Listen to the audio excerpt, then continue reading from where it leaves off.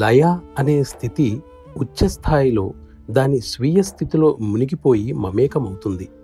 అప్పుడు భోగం యొక్క రూపం మారిపోతుంది. అందులో ఏ మాత్రం జాప్యం కానరాదు.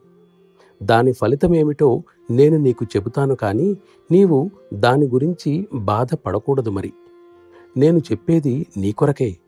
నీవు పురోగమిస్తున్న తీరుతెన్నులను గమనిస్తే నీ ఈ స్థితిలో పాత సంస్కారాలను అంతం చేసేందుకు గాను నేను బాధకు గురి కావలసి ఉంటుంది.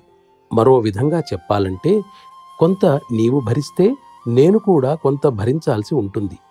నా భయం ఏమిటంటే, నేను నా సంస్కారాలతో పాటు నీ సంస్కారాల బాధను కూడా భరించాల్సి వస్తుంది. అంటే రెట్టింపు అన్నమాట.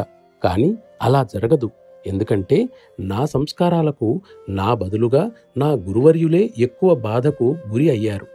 ఒక భక్తుడిగా నేను వారికి ఎలా కృతజ్ఞునిగా ఉండగలను?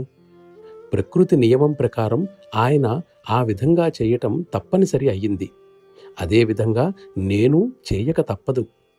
నీవు పూర్తిగా నీ సంస్కారాల నుండి విముక్తుడవైనప్పుడు నీ శరీరము మరియు ఆత్మను నిలిపి ఉంచటం కొరకు నీవు కూడా వేరొకరి సంస్కారాలను భరించవలసి ఉంటుంది.